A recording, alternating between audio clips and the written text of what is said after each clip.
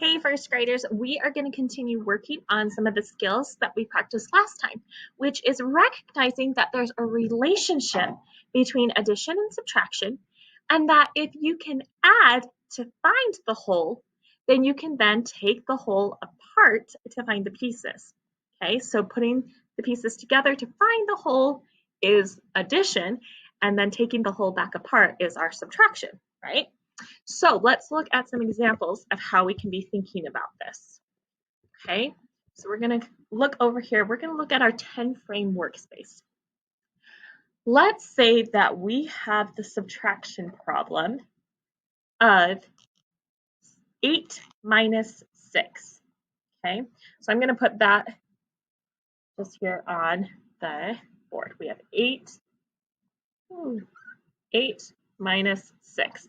That is what we want to find the difference for. Okay, so you have to think to yourself, which of these numbers is the whole? Is 8 or 6 the whole? Well, remember the whole is the part, is what we take apart. Okay, so 8 is our whole because that is what we are taking apart. Okay, now the part that we already have is 6. There's our part.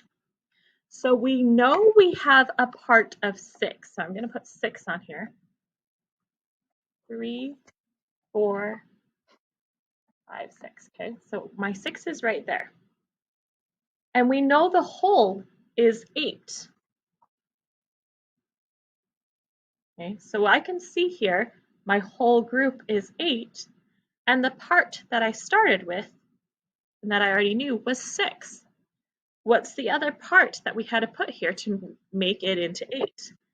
We had to take our 6 and add 2 for it to show the whole group of 8. Because I know that 6 plus 2 equals 8, I can turn it around and say 8 minus 6, numbers are the same, equals 2. 8, if I take away that group of 6, I'll be left with 2. Okay, let's think of some other ones.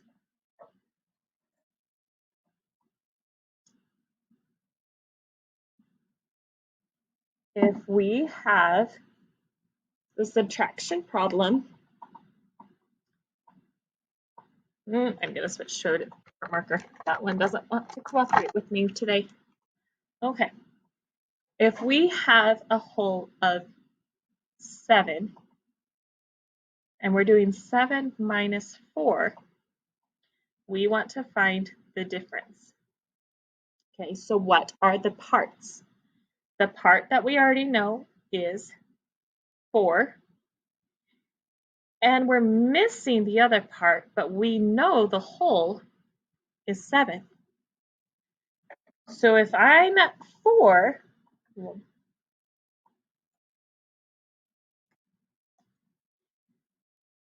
and I want to end up at 7, so look where 7 is on here. It's going to fill up to there. What did I have to add? 4, 5, 6, 7, I added 1, 2, 3. And if 4 plus 3 equals 7, then 7 minus 4, what's our missing piece? Equals 3. Okay. So our goal today is to see how addition and subtraction are related.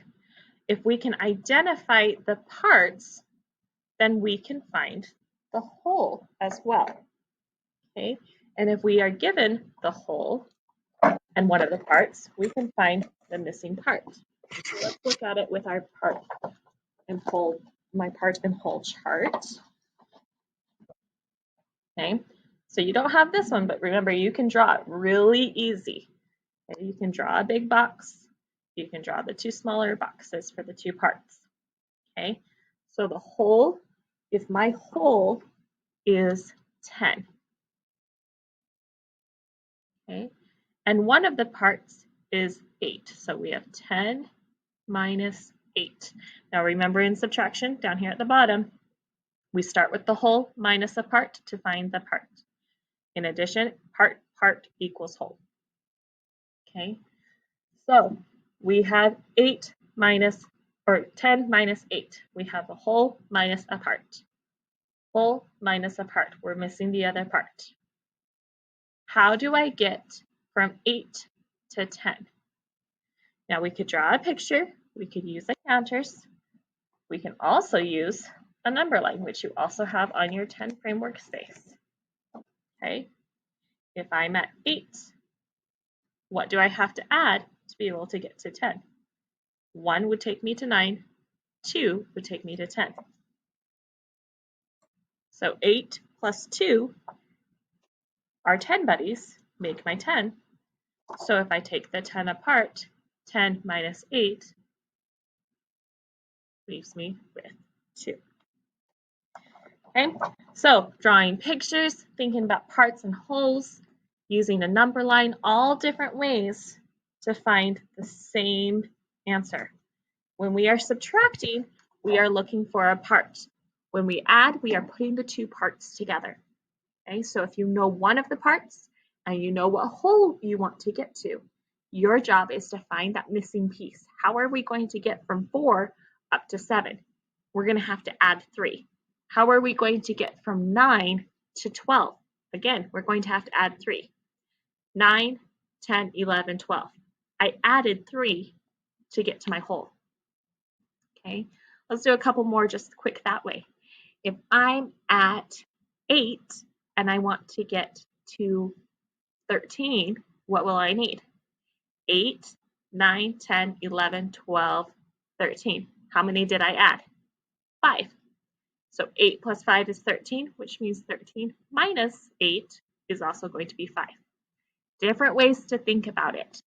Okay, you need to find which one's going to work best for you. But as you're doing the math today, just remember that addition is taking two parts to put them together, and subtraction is taking the whole and breaking it into parts. Okay, so they're going to use the same numbers in a little bit different ways, depending on if you're adding, putting together, or subtracting and taking apart. So look for those patterns. Look for what it is that it's asking you to do. Make sure you're paying attention. Does it have a plus sign or a minus sign?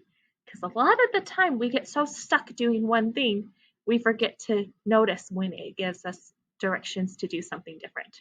So pay attention to the details, find the patterns, keep practicing your double stacks and your groups of 10, and those will help you to do these other skills more quickly and more easily. Happy learning!